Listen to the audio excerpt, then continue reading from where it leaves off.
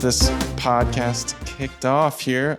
Today we have Christopher Siu on the podcast. He is a pianist, composer, arranger, and educator.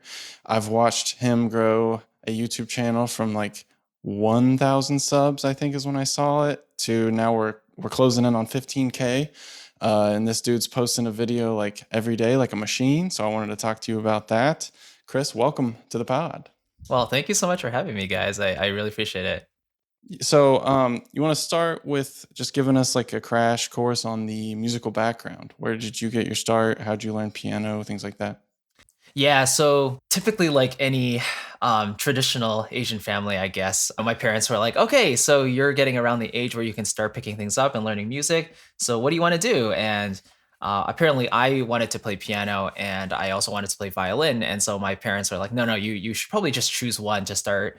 Yeah, they're both really hard. Yeah. But I ended up going with piano to start, but I think my parents still wanted me to try violin. So I did go with that for a little bit. But then eventually I just decided that piano was probably the more comfortable instrument for me, I think. And it was just more applicable to more situations, I think, and to this day, I don't regret that at all. But yeah, and then in high school, I didn't really know what I wanted to do, but I discovered songwriting. And so I really wanted to get into composing more. I knew I wanted to produce music. I had a couple of friends who really inspired me in that way. And so I was like, okay, well, maybe in university, I'll look at a program that has those things in it. So I was looking into production programs and, songwriting courses, but I ended up having to go to piano performance in classical music because that's where my parents really thought I was the strongest. And they were like, this is what you've been doing your whole life. Just do that. Cool. So I did. And unfortunately, I never really developed the true love, the true passion for performance, but I always really enjoyed writing in the meantime. And so I think it was in my second year where I really started to come across orchestral instruments and VIs and all of that stuff. And then I built my newest channel, which is the one we know today. And it's just been a wonderful journey from there. I've really tried to stay super consistent with my postings and helping as much as I can to the community, sharing my experiences. And yeah, it's just been a lot of fun so far. And I'm really hoping to continue developing it as the years go by because there's always more to learn and there's just so much coming out on a daily basis that you can absorb and in turn put out into the world as creators and musicians. So it's been a great journey so far. Nice, man. It's overwhelming. Yeah, there's so much content coming out all the time. Totally. Do you have a specific genre that you were focused on with the piano, like romantic or like a famous composer that you gravitate toward? Yeah, I think I always gravitated towards the romantic styles like Chopin and Schubert and whoever. But, having that Baroque training with Bach and the classical training with, Beethoven was always a great thing to round things out. But romantic music was where I actually suffered at the very beginning because I was only technical, so I couldn't really play emotional stuff. But as that came along, I started to appreciate that more. And as I matured, then it kind of became second nature in terms of actual writing music as well. Okay. Do you kind of gravitate toward film composers who play piano as well? Funny enough, I actually don't listen to that much film music myself. I actually prefer some game scores. I like film music in the sense that they can have very memorable themes and stuff, but at the same time, if you're just listening to those scores, I guess they can tend to feel like they go on a rabbit trail because they're following the scene, right? Whereas a concert piece or something, they have their own determined structure and it all kind of makes cohesive sense. But yeah, in general, it's just anything with a good theme, nice chord progressions and all that sticks in your mind. Those are my guilty pleasures. Yeah. What are some of your favorite video game scores? The top ones would have to be the Super Mario Galaxy series. They just got these lush orchestral scores that are just beautiful. And then there's a couple, I guess from, Octopath Traveler, and there's like the Kirby series, like really family friendly stuff that it's simple, but it has a really beautiful arc to the themes and the harmonies that keep the interest up. Yeah. And then, there are other pieces that obviously stand out as well. But I think those would probably be the main ones that influenced me growing up for sure. We just had Aaron Grubb on the podcast who's like making Zelda music, and it's crazy how much Nintendo influenced our childhoods. Totally. Like Absolutely. Pokemon, and I mean, it's absolutely wild how ingrained that stuff is. And in a similar vein, Randy Newman made up so much of my childhood, to the Pixar movies. Like Craig's a little older than us, so he What are you doesn't know trying to about say? Pixar, but Don't pull my age card right now. We are a few minutes in, man. No, it's okay. Starting No. early. I should have also mentioned Disney as well, but yeah. Oh Go ahead. yeah, Yeah. yeah. Because I've seen you on your channel post a lot of stuff regarding like Disney music and Yeah. like the Mario stuff. For me, I was always into like Final Fantasy, like Mm, Final Fantasy 1 in particular. I remember my brother used to always play that game, and I used to just sit, and it was like kind of the first time I ever was like kind of focusing on the music, like, oh, this sounds cool, you know, like right. Mario's very just like video game music that's like radio friendly, like the little thing, it'll just like stick in your head, Yeah. like, and you don't It's even realize it. hypnotizing. Yeah. Yeah. Like Final Fantasy for me was always like that one where it's like first was like listening to the music like on the actual CD soundtracks, because like I just want to listen to it. Like it's Right. cool how like old video game music, even when it was like in an 8-bit, still transitioned into an orchestra, sounds amazing. So it just goes Still to show slapped. like, yeah, it just goes to show like the composers, they weren't messing around. Right. Yeah. Like It the wasn't limited just, tools they had, right? They had to make the most out of it. yeah, it just, but just their composition ability. It's like, all Yeah. right, give me some 8-bit, but you know, you put this on some good production stuff few years down the road, and it's going to sound awesome. Because the composition itself is really nice, and the orchestration and arranging is really Yeah. nice. So, talk to me about your YouTube channel. You have grown a lot in the last year, and you've been posting, I think I saw over 500 videos in the channel lifetime. Yeah. So, I mean, I actually haven't had any videos go, viral or anything. I've had a couple of videos that have, I guess, been bigger for me, but those are mainly just, sample library things and more general music topics. But, since the inception of the channel for just over 4 years ago, I've basically been posting a video a week at least, and sometimes multiple. And then I've been doing this experiment to basically upload a video a day for the past 3 months. So from January to now, basically. And Wow. I have a few more videos lined up for these the next month or so. But yeah, it's been really good to just kind of see where my audience is preferring content and what they kind of want to see more of. And so, yeah, I'm really trying to take this year to really figure out how to take the channel further and just hone in on the things that people really want to see, because the numbers don't lie. And I'll basically go from there. But it's always a fine balance, because you don't want to make content that people don't like. So you have to find what people want, but you also want to stay true to yourself as well. So I'm always trying to find that balance. You don't want to go full crypto sellout. Exactly. Like I don't know the first thing about. Yeah, I'm gonna give you my three key secrets to becoming a composing millionaire. Click the link down below. I like that, actually. I might steal that. It's all about that clickbait, man. Yeah. How have you found your audience? You said you don't have like any viral videos. I saw some stuff with like 75K views, which is nothing to scoff at, but it's mostly steady growth, right? It's just slow going and consistency. Yeah. And I don't really know how the algorithm works, how they pick up keywords and stuff, but I find that there's a consistency across virtual instruments and sample libraries in general, and they tend to do better because I guess the market for that is just bigger and people are interested in that. But MIDI orchestration, basic composing tutorials, people like those, and sample libraries are just a hot topic all the time. And so people can really feed into that and learn a lot, I guess. Totally. It's cool.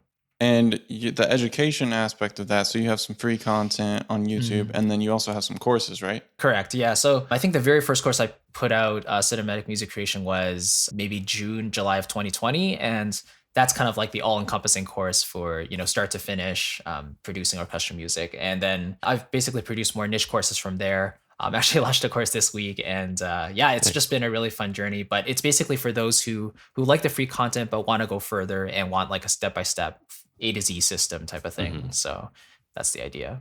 That's great. I saw the piano skills for composers, which I think is brilliant. Yes. And you I don't know if you crowdsourced that idea or you got it from VI Control at all, but I know that people were kind of jealous of your tickling the ivories, so to speak. And have you had like some good response to that course?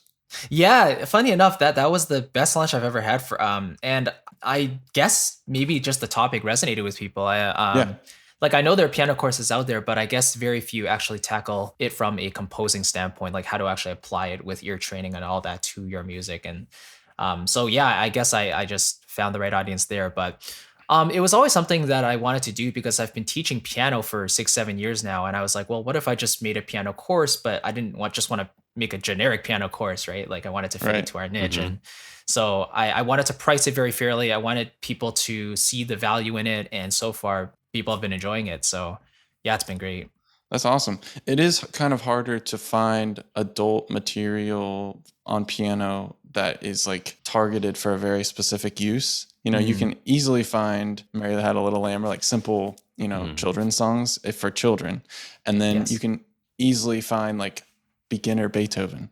But Right. it's harder to find like how does James Horner use the piano or what, like Mhm. that kind of stuff. So I think that's really smart. And I think it makes sense that many composers were interested in that because we're not very good at piano. A lot of A us. lot of composers who I've met, it's funny, a lot of the ones that I've had the opportunity to interview, a lot of times they're like piano or keyboard is not their forte. They're Interesting. like, I started playing guitar in high school, and then this is usually the most common medium for people to For like sure. arrange things, MIDI and using virtual instruments. And I can say this from experience because I was the same way. Like I just wanted to be able to like create that kind of stuff, but I'm just like Mm. I don't I'm not a keyboardist Sure. by trade, so it's like that kind of stuff is very beneficial because so many, composers. It's funny how a lot of them like that's their job, but they're like, I'm not a keyboard player. They're not sitting there, because it's you're not performing. You don't have to have all these like piano chops. It's more just like you could hit, step input and dun dun Yes. dun dun dun dun dun, dun and Yes. just it's more about making the mock-up sound good than it is being able to, have a director and like, hey, check this out, unless you're like John Williams, Yeah. no one really cares. It's so funny you mentioned that. I mean, I literally have some students who I guess click everything in with the mouse, like note by note, and then they draw in all the modulation post recording, and yeah, I mean they get really faceted, but just the basic skill of being able to play a simple melody and then some chords on the bottom, like that is usually 90% of what we do. And Hmm. if we're doing a thematic thing, then it makes perfect sense. I mean, if you're doing more complicated stuff, then sure, you can play in one line at a time, etc. But just being able to tinkle your way around, figure out basic voicings, like how you want maybe some registers to go in certain instruments versus others, like this is all enveloped within the basic keyboard skills that I think we should all have. And so that course is basically designed to tackle that problem from a classical standpoint, but then applying it to composition. So I like that a lot. yeah. Have you found success with YouTube Shorts? Yeah, shorts is yeah. I mean, I've done 4 of them at this point, and they get around the same number of views that my typical videos do. But I was a little hesitant to do them at first just because I didn't really know how to do them. And Hmm. Yeah. I found that, obviously it just takes just practice, and I'm definitely planning on doing more. It should be a fun journey to figure it out along the Yeah. way. I asked because we're kind of just like dipping our toe in over there. And Yeah. it's such a wild west of Yes. like no rules and nobody really knows how to how to make it super successful.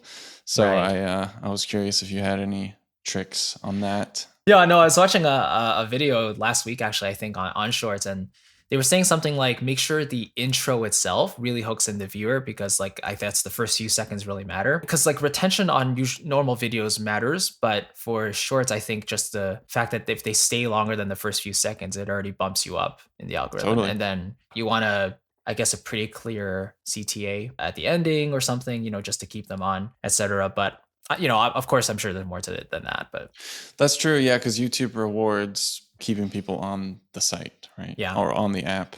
Yeah, one thing I have heard is keeping it at like 15 seconds. Mm, Like that's something I've been like researching on, that some people were saying that like because you can do up to a minute, yeah. but actually 15 seconds is more of like a good, So I guess that's one Mhm. thing to experiment with too, is you could do like 15-second short or like a 30-second short and just like try to make like cram as much cool stuff in that 15 seconds Yeah. just to like get it floating into the short board. Sure. I think another thing is when you look at a 15-second video, you're like, yeah, I have time to watch that. Whereas if you see a 45-minute video, you're like, I'll save that for later. I don't have time to watch that right now. As you scroll through, if it's a shorter video, you might be more likely to click on it. Like I know in regular YouTube land, I'm more likely to click on a 2-minute video than a 40-minute video. Yeah. So talk to us about your musical influences as far as like game music, composers, or people you kind of find inspiration from. Totally. Yeah. I mean, if I really had to narrow it down, I would probably say the Japanese composers who put the Super Mario Galaxy series together, and then probably Alan Menken. The Nice. the the classic Disney sound and then the classic orchestral Mario sound is probably what has defined my style the most in terms of progressions and how I construct themes and pieces in general. My entire catalog, in a way, is comprised of themes and melodies that I personally remember. And I Hmm. feel like if I can remember it, because my memory is not super good, then other people can probably remember it too. And if it makes me feel something, then I know I'm on the right track. And I'm in Mhm. the position where like I don't have to write on certain deadlines. That's one reason I don't do tons of film scoring or game scoring or whatever, because I'm just not the type of person who can really write on demand very well. I Yeah. prefer to write and be emotionally invested in every piece that I write. So that's that creative freedom that I've chosen to have. So that means I have to find other ways of monetizing, right? And Yeah. Yeah. Yeah.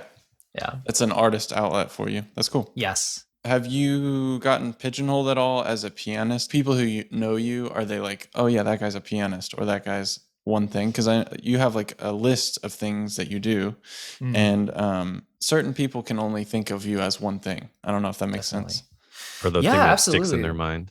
Right, right. That's a good question. I mean, if they have pigeonholed me in some way, I'm not aware of it. Yeah. Okay, then no, that's not true. In high school, everyone was saying, "Oh, you're the piano guy," but Sure. Sure. now, like now that I've released an album, people are starting to say, "Oh, I can actually hear your sound in there. Like, you have influences, but it still definitely sounds like you throughout." And Mhm. for me, that's kind of the biggest compliment I could have. Like, I would never want to completely rip something off, even though innately we're like we will tend to copy influences that we have, Yeah. but just having that unique sound is definitely rewarding for sure. But yeah, I don't think I've ever really been pigeonholed into something as far as I'm aware. Yeah. I used to That's be good. called that long-haired guitar guy. Hey, that's that long-haired guitar guy. Yeah, yeah, yeah. And then You're they still called and that a little bit. I get that every time. Yeah. Now whenever I It go to the works. store, I always get questions. How long have you been growing your hair? I'm like, Yeah, yeah. Well, yeah, I think even on like VI Control, actually, I mean, I've seen some people refer to me as like the Disney guy because I've It done is. quite a few Disney videos on the channel, and I love that music. But I don't know. I guess it depends on just what people see of you, and then that's yeah. it. Yeah. Since you do, music creation and like the course thing, like what is it that you're with your brand that you would love to be doing? Like, your ideal day getting up and, is there more like the course thing or is it more Teaching. like doing or yeah, like more education or music composition or just a little bit of both or Yeah, yeah. I mean, in an ideal life, maybe in a couple years, I would love to be making a full time living with the content and the courses and earning an income that way, and then scale back on my private teaching, which I've been doing again for like 6, 7 years now. Over time, that's become more of a mental burden, and that's nothing against the students, of course, but it's just like something that you have to do, right? And yeah. you're trading time for money, and that's how most jobs work, but scalable income, I think, is the name of the game going forward for as entrepreneurs, especially if they want to really do this long term. And so for me, I would love to maybe spend an hour or two recording videos, editing for another week, for the channel, and then yeah, maybe write a little bit if I'm feeling inspired. Go outside, play some tennis, jog, whatever. Enjoy life, enjoy family, enjoy friends, Mhm. and not have to worry about the finances. I think that's every person's dream, honestly. Yeah. So, a question I have is since you've been doing a video a day, how do you Mhm. go about planning out the different types of videos that you want to do? Do you have like a day that you sit and just kind of like brainstorm and just kind of like mind dump all this stuff? Right. Or like, do you have like a list of like first priority, last thing, or just like kind of sketching out like how do you go about planning out your content for the week or the Yeah. month? Yeah, totally. So there's this concept called content buckets, and I discovered it through Graham Cochran, and he has a business channel and Recording Revolution, which I Yep. think a Yeah. lot of people know. I've seen a lot of his stuff. Yeah.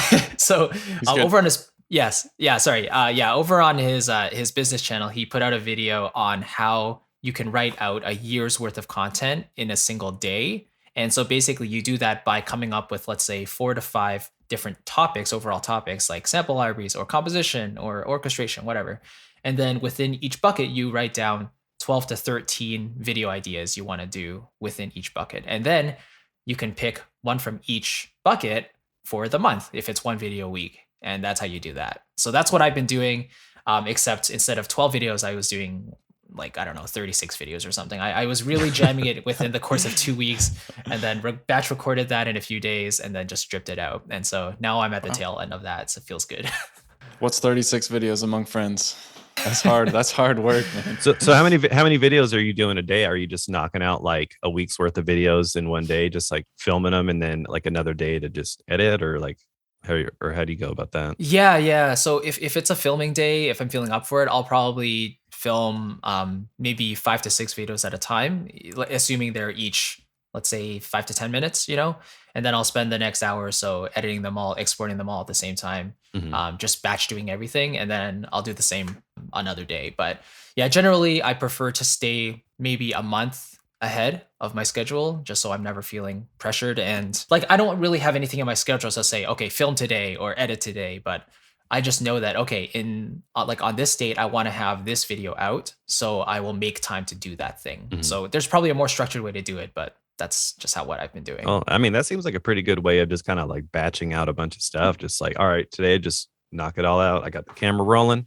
Right. It's like you're already talking. How have you felt? And this is someone, of course I do a lot of the video stuff for Soundiron and Nathan as well. Yeah. Like, how did you feel like when you first started compared to now, as far as like your ability to talk on camera? Is that something that you've gotten more and more comfortable with? Is there anything that you do to kind of like get in the flow? Cause I mean, I've been doing this for a while, but like, I see old videos and I'm like, oh God, like who is this guy? I'm like, but it's like, even then it's never really like a easy thing. You always kind of have to like get in the groove. So it's like, can you explain a little bit of that? Of course. Yeah. So, I mean, looking back on my first videos now, I was like a zombie on camera. I feel like maybe I would say, oh, this sounds good. Maybe let's dive a little bit into this. But my expression was always like pretty blank. And I feel like, I guess this is with any person who's on any form of social media or whatever. Over time, they kind of develop and get comfortable in their own skin, right? And for me, I felt like I've been able to be more outgoing. I've been able to feel comfortable knowing the structure of my videos, how I want to say things.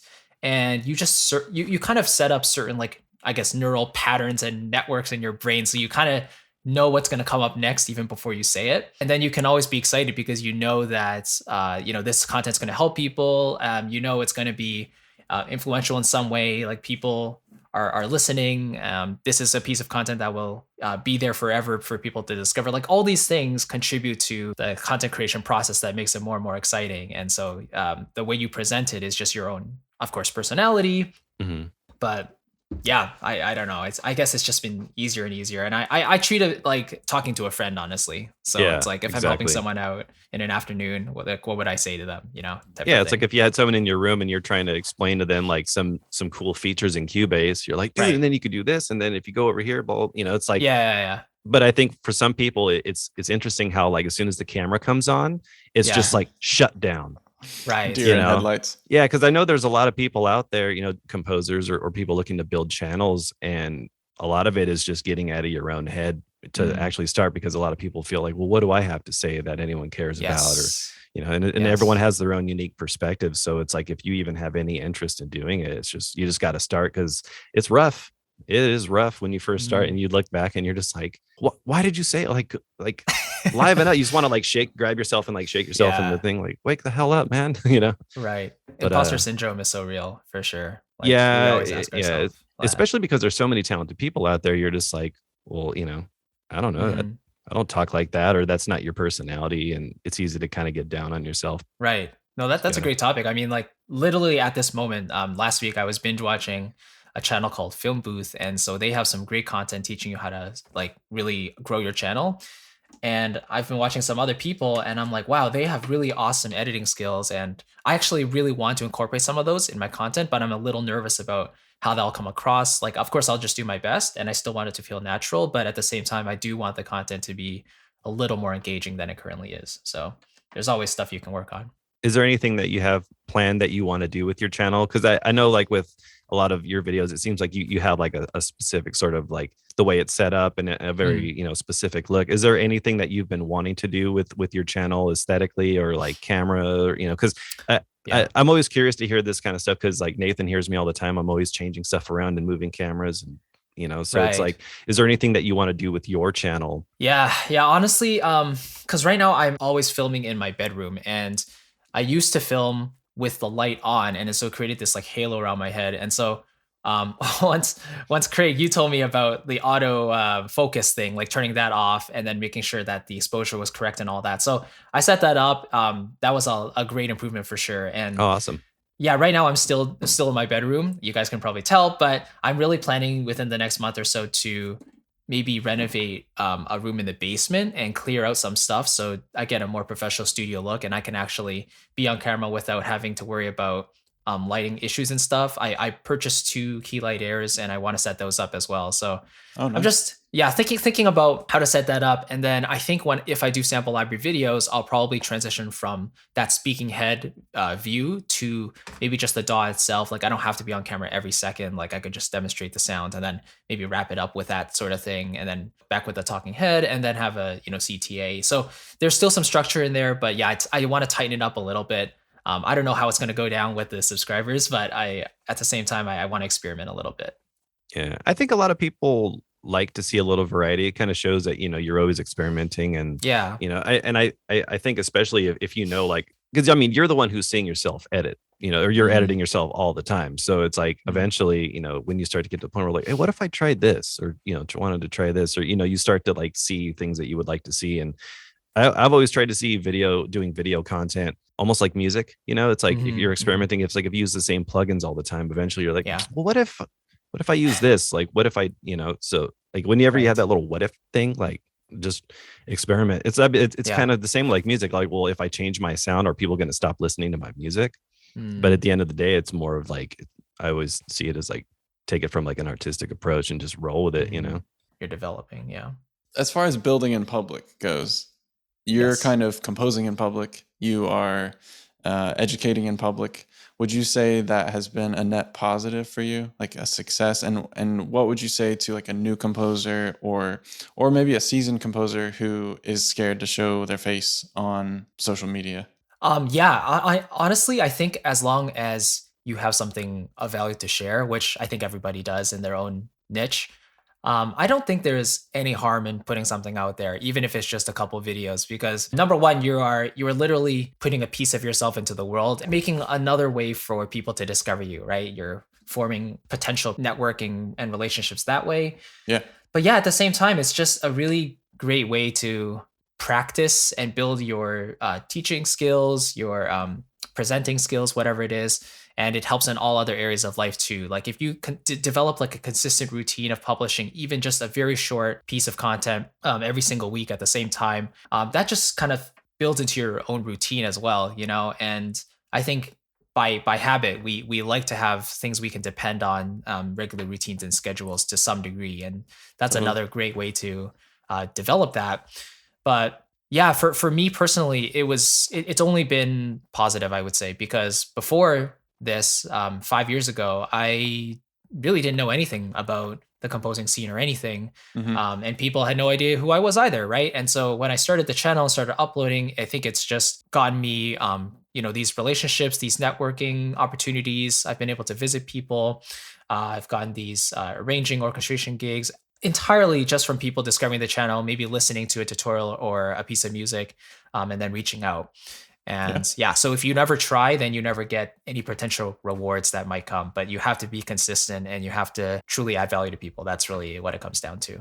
I like that a lot. Have you been bullied in the comments? You gotten any negative feedback or any trash people on the internet? Oh, of course. I mean, who hasn't? I'm the more. Territory.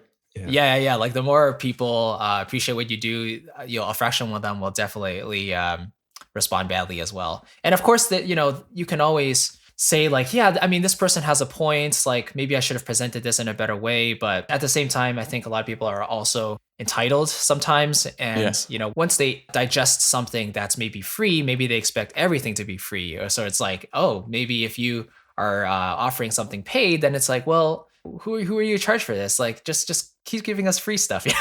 I'm not. It hasn't gone to that point, but there will always be people who try to detract from what you do, and I think it's just maybe personal insecurity or jealousy or something. But Yeah, or like everyone has their own opinion, like especially when it comes to music and music composition. Like, when you see arguments of people who are like, let's say composer wins an award for some score, and then everyone's like, that score's boring. I could have did it way better, So he doesn't even compose his own music. It's like they're like keyboard warriors. Yeah, like, it's like, I mean, of course the internet wouldn't be the internet without its, fair share of, dumpster fires out there. Definitely. But yeah, it's just like it's all subjective. If I'm talking about composing a piece of music and someone's like, no, you don't do that. That's not right. It's like, well, who the hell are you to tell me what's right about my music? Especially, like people get like parallel this. Why are you going to do that? That's, it's just like, shut up, man. Like if that's what, the you case, don't like purists? Well, because I mean, when it comes to theory and stuff, like I think it's great to learn music theory. Like people say, learn it and forget it. Well, there's a lot of people out there that learn it and then they start defending it. Like, no, that's you don't do that or whatever. But it's like when it comes to music, it's just like, hey, put it out there. Like if you don't like it, then just keep scrolling. But then it's like get people that are like, hold on, I gotta let them have it. Yeah. And it's just like someone's breaking the rules. Yeah, I remember I did a video a long time ago because I'm not like, I didn't go to school for music. I didn't go to school for like orchestration. So I'm kind of like learning as I go and just like, all right, try this thing, put it out there. And someone's like, you're watching Christopher's videos. Yeah, they're like, violas don't do that. And it's like, oh, whatever. Come on, man. Like, who are you, man? Yeah. I think ultimately everyone just wants a little bit of attention, right? And whether that's making you mad or making themselves feel like, haha, I have the upper hand, they'll do whatever they want. Yeah, try a little bit harder than that. My skin's pretty thick over the years. So a question that kind of goes along with this is, what is the best advice you've ever been given? Best piece of advice. Oh. And it can be like an old professor talking music. It can be an entrepreneur talking business. It can be anything. Yeah, I think maybe two pieces of advice that come to mind right away. Number one would probably be consistency is key. I think it's just really important. Whatever you want to do for a living and whatever you envision long term, it is something you just have to commit to on an at least weekly basis, I think. So workouts, making music, content creation, whatever it is. The funny thing is, a lot of people want to get really big on these platforms, and it really gives us that ego boost and credibility, sure. But at the same time, like, what are you really using the platform for? Like, what's the end game, So for me, I'm using YouTube to build my business, not necessarily to have a huge subscriber base, although of course that would be the cherry on the top. But that's where my focus is. And so I'm literally committed myself to uploading on a weekly basis to build my business and to add value to the world for free as well. And that's my perfect happy medium personally. I think the other thing I would say though, for the second piece would probably be less is more, because a lot of people feel like they just need all these libraries, right? Totally. And there are tons and tons of great libraries out in the world, yours included, but it just feels like people feel like libraries are the answers to their mockup problems and their compositions, and people just love to spend money. It's just that they it's hard for us to self-diagnose and say, okay, we are actually the problem, right? So once we realize that we can actually make a lot out of what we already have, it's really freeing, in my opinion, and it allows you to block out a lot of the noise that just is circulating around on a daily basis, I think. Yeah, nice. I think a lot of it too is also like, when people are buying libraries, it's like understanding its strengths, what it does. If you're buying a chamber string library and expecting this huge symphonic sound, well, that you didn't do your research, right. like understanding, like, that's what you see a lot on forums, people saying like, oh, what's the, best for, for short strings, or, but it's like, well, some have a really big sound, and then you use like a more tighter focused layered on top of it. So it's not really like a one size fits all. It's like trying to find your like ultimate favorite band.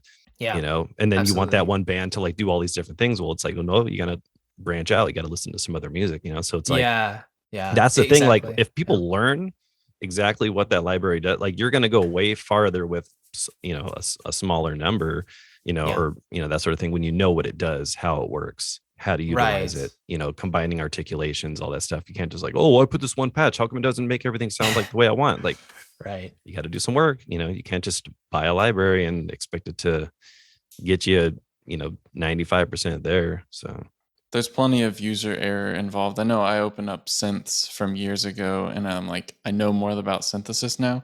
I'm like, oh, this is how to use the synth, or like, it just makes more sense the more knowledge you have. And, previously Totally. I like threw it in the trash because I was like, well, the presets aren't any good, or whatever. Like, and then you come back to it later with more education and you understand how to use the product. So, with your course, you said it's cinematic creation, right? Cinematic music creation. Yes. Music creation.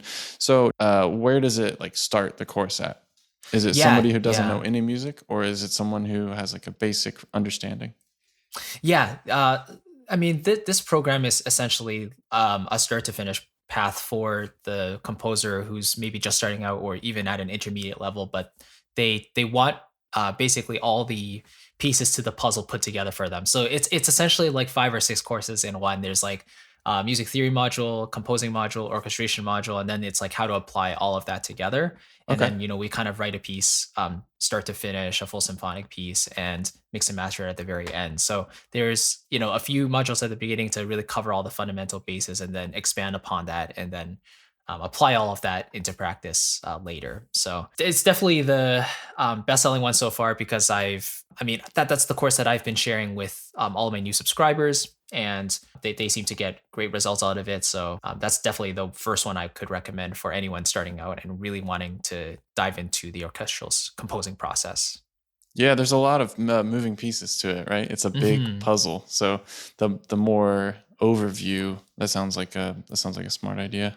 Yeah, yeah, and a couple other courses I've made, like there's one called Songwriting for Animation. That one's specifically dedicated to how to write like Disney style music, for example, and Oh, there's okay. like dedicated case studies. But of course, that one's a little more niche, and not as many people are going to be as into that sort of thing. So there's other courses like the piano one we talked about. One I just launched today is all about how to make your MIDI mockup sound better. And I'm expecting more people will go into that one. There's I think it's priced at a fair price point, and yeah, it's applicable to most of the people in our market, I think. So I think that just comes down to really knowing what the market wants and building that relationship with your people. Yeah.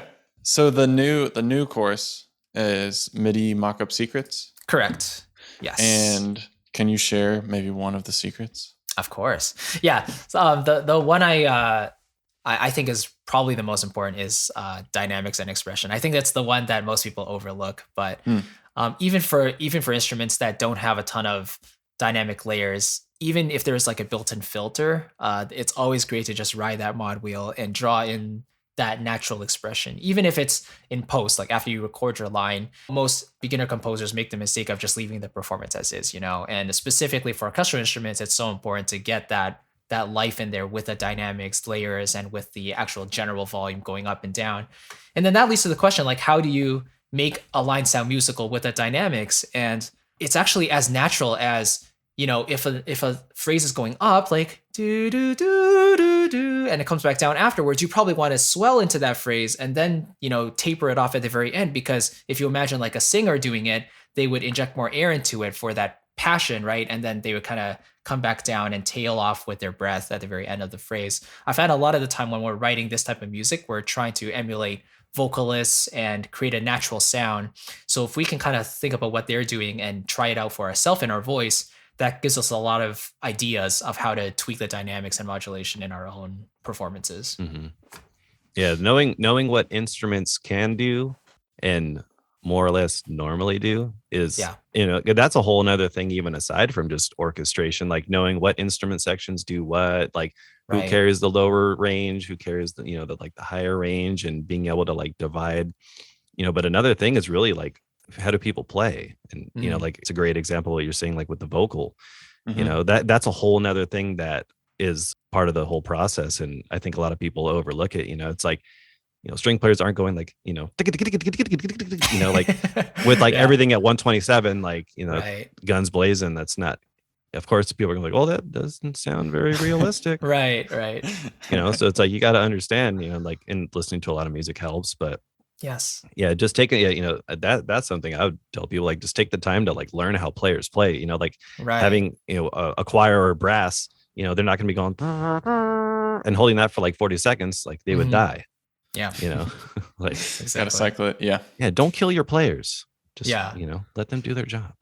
And another thing that I guess people don't put enough emphasis on is just basic volume balancing, right? So they can have a ton of instruments, but if there's something that's hidden in there that's actually a really important element, then the listener's not going to get that. So sometimes it is just as simple as turning up that fader or lowering the others just to Mhm. make a little bit more room there. And then of course you can do panning and EQ and everything, but fiddling with the faders, getting a good starting static mix when you're finished your arrangement, that can do wonders for your mix. I think I said in the course, it gets you about like 80, 85% of the way there. So focus on getting those balances right too. Yeah, When definitely. you start a cue, are you trying to create a singable melody first, or are you starting with a chord pattern, or how do you start a artistic cue? Yeah, I think maybe 90% of the time, it my compositions tend to start from a melody of some sort Okay. of theme. And I just think back to my favorite pieces of music. They all have melodies that I just can't get out of my head. And that's the type of music and experience that I want to leave my listeners with as well. And I think a lot of most composers probably have that same sort of idea and desire, and their genres might be totally different. But I honestly believe that melody is king, and yeah, if you can establish a good melody right away and strip away all of the instrumental and lay that down on a single instrument like a piano or guitar and have Mhm. that sound good, then you're starting from a good foundation.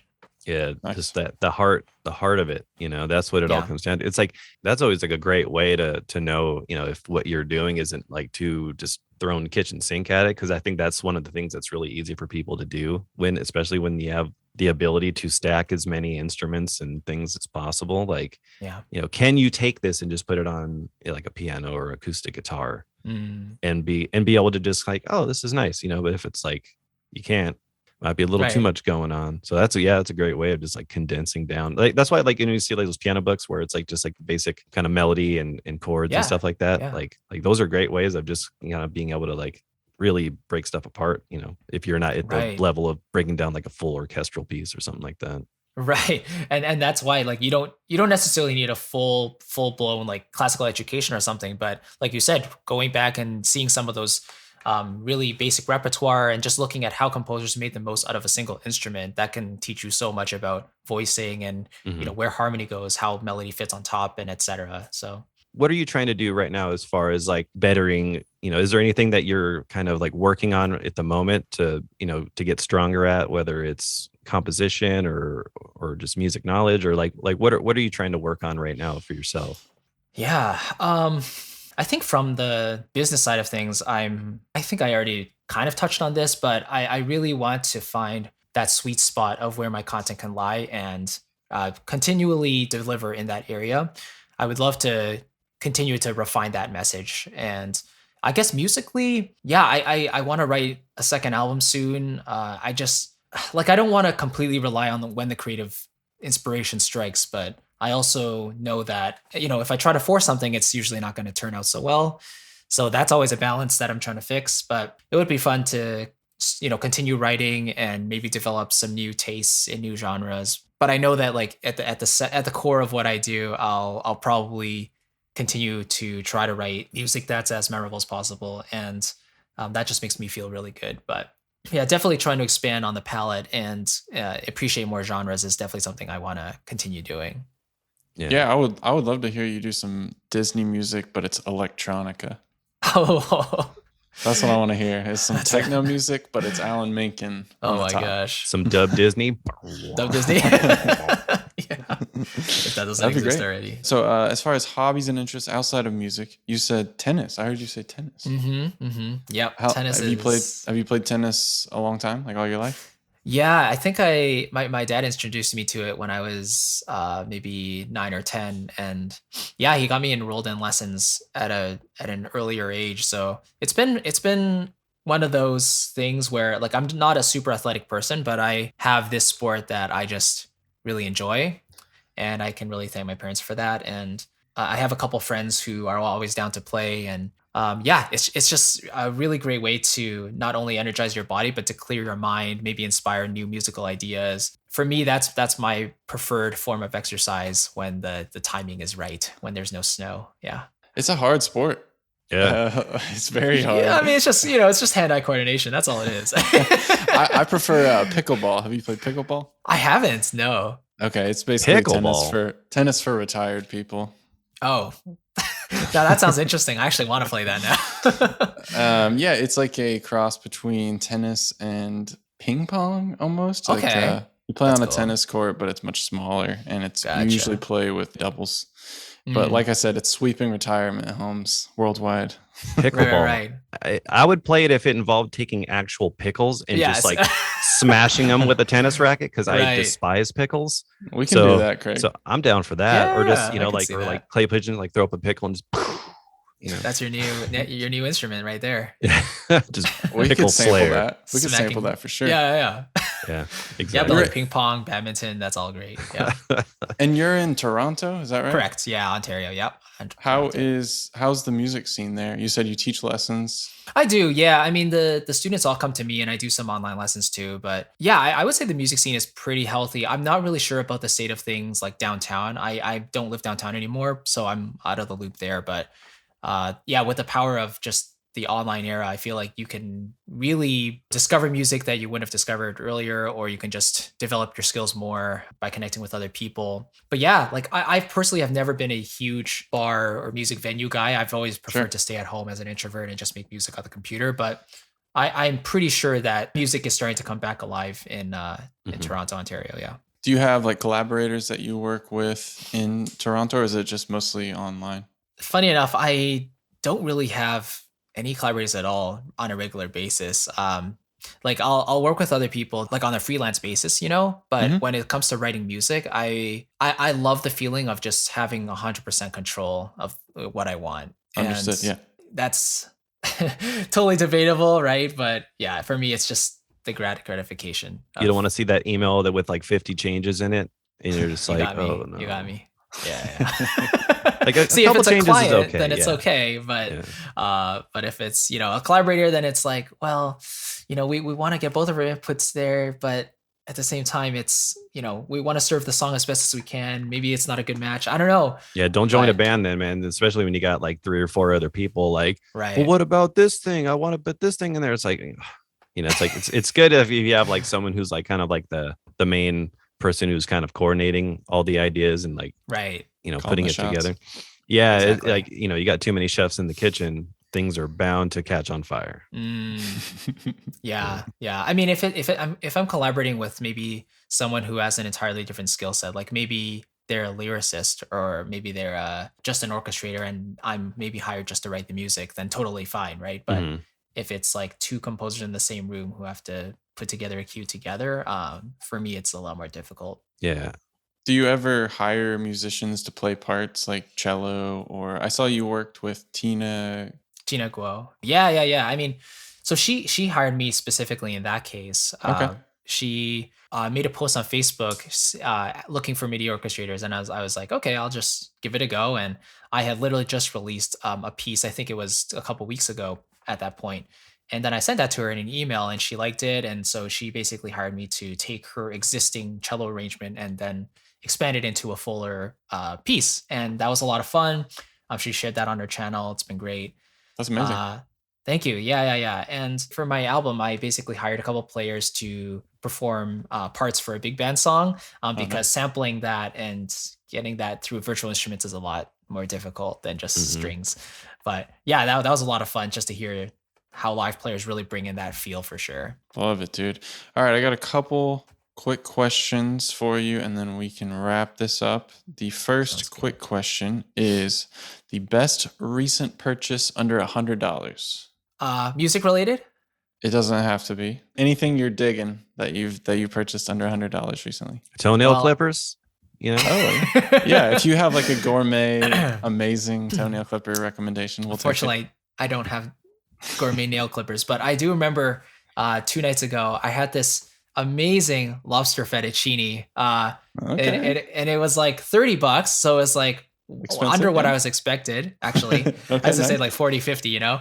And they had a lobster tail. They also had like a few extra pieces of succulent lobster in there. And I was like, I don't eat lobster every day, but like this is really good for the price. I don't tend to buy too much music related stuff, honestly, because Sure. I again, that minimal type of approach has served me well so far. And I know with my limited space, it would just clutter everything. So A lobster dinner that inspired you. I like there it. you go. There you Yeah. go. I love Well, it. you said you got some new lights. How much were those? That's Yeah, those the the Elgato ones, right? I got it. Yeah, exactly. Those are, I think, are 130 each. So Just out of the ring. yeah, Can't talk exactly. I about would them. have said them. I would have said them, Yeah. but yeah, That's funny. haven't set them up yet. And then another one is a favorite YouTube channel, podcast, or TV show at the moment. Doesn't have to be all-time favorite, just something you're liking right now. Yeah, I mean, I watch a smattering of different channels and different topics, but one channel that always hooks my attention is one called Cult Tennis.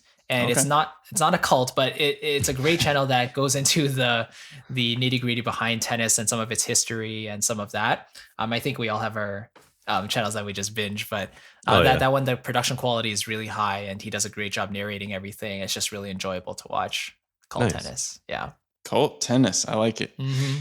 And then what accomplishments or goals do you see yourself achieving in the next couple of years? So what's next for you, basically? Yeah, honestly, this year the goal is to reach 80K in the online business and hopefully continue to grow it year by year. I would love to, again, be totally working on the online business 100% by March or April next year. That's the goal. Okay. And then, yeah, that would free me up to write more music, spend more time playing tennis, enjoy life, basically. Just vibing. Yeah.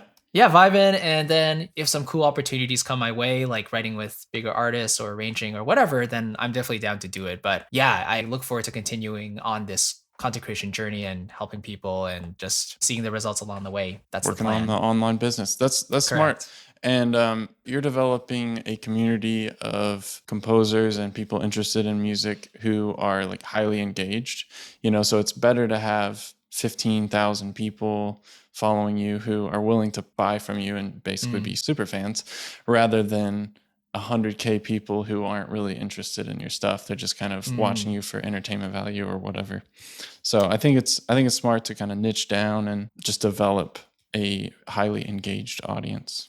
Thank you. Yeah, I mean that's the thing. Like people who are just watching on YouTube or just following on social media, like those are, I think, what we would consider passive leads or passive audiences. But people who actually want to go deeper with you and let's say join your email list, those are what we would call warmer leads, right? And people who are more likely to buy something from you. And that's the power of the list of just engaging with people on a personal level by trading something really, really valuable for their email and then delivering them value every week and potentially offering them paid stuff that could really better their lives. Like that's the power of the online business and what scalable income is looking like going forward, I think. Yeah, totally. Yeah, it's been really awesome to see how your channel's grown and you as a person. Like it's been really cool because I remember your channel back when it was like almost like at the beginning. So yeah, it's been cool to see how it's grown and how you've, I've always seen you in the Facebook groups and VI control and stuff. So that's really cool, man. And I think you're doing a great thing. So well, I have to thank you too. I think you guys were probably one of the first companies to reach out to me actually for reviews actually. So, I saw your channel. I was like, oh, I like this kid. I think it was for Emotional Piano. Yeah. And I already owned the library, but I was like, oh, this is so nice. They actually think it's cool. Yeah, of course, man. Yeah, I think you're absolutely on the right track with consistency is key too. I know Christian Henson did a video we were talking about a couple of weeks ago he was basically like how not to give up. And one of the things was just make sure that you set yourself up so you aren't giving up. Basically, like, figure out financial stability, figure out how to take breaks if you need them, but keep doing the thing. And I mean, I think you'll find over the next year, your subscribers will continue growing and your fan base will continue growing, and consistency will be a big part of that. And then the other funny thing about YouTube is you don't get to pick what you're famous for. And Craig and I talk about that all the time because one of our videos is like how to build a PC for production. And we just like fool around building this computer for music production. And like, it has dumb amount of views on it, and we're What? like, it's not even something we really care for people to Right. watch. Yeah, Right. and it wasn't like fully for music production. It was like my work computer, and I was like, Video. oh, we should like film it and like talk about some stuff. Yeah, bro. And then That's sweet. that video alone brings out all the hardcore like PC nerds, and they're just Yeah. like, no man, That's so funny. no, you don't use AMD that blah blah blah. What's Yeah. that? Specs. Yeah, it's the spec guys come out and just start like ripping it, you know. Right. But yeah, Right. it's funny how that works. It is, and I think the more polarizing your content is as well, right? Probably the better too, because you don't just want lukewarm stuff. If you were like, oh, this, this is stuff we see every day, but if you can tickle or rustle some feathers and get people triggered, Oh yeah, bit, that ruffles some feathers. that's the key there. Yeah. Absolutely. But that's great. So yeah, Christopher, this has been a blast, man. Thanks for coming on the you. old Soundiron podcast, and we will send people directly towards your YouTube channel and get them checking out how to compose better. Yeah. Thank you so much, guys. I appreciate it. Yeah, All right, appreciate it, man. Craig, talk to you next week, man. All right, man. Take it easy. Peace. Later, Chris.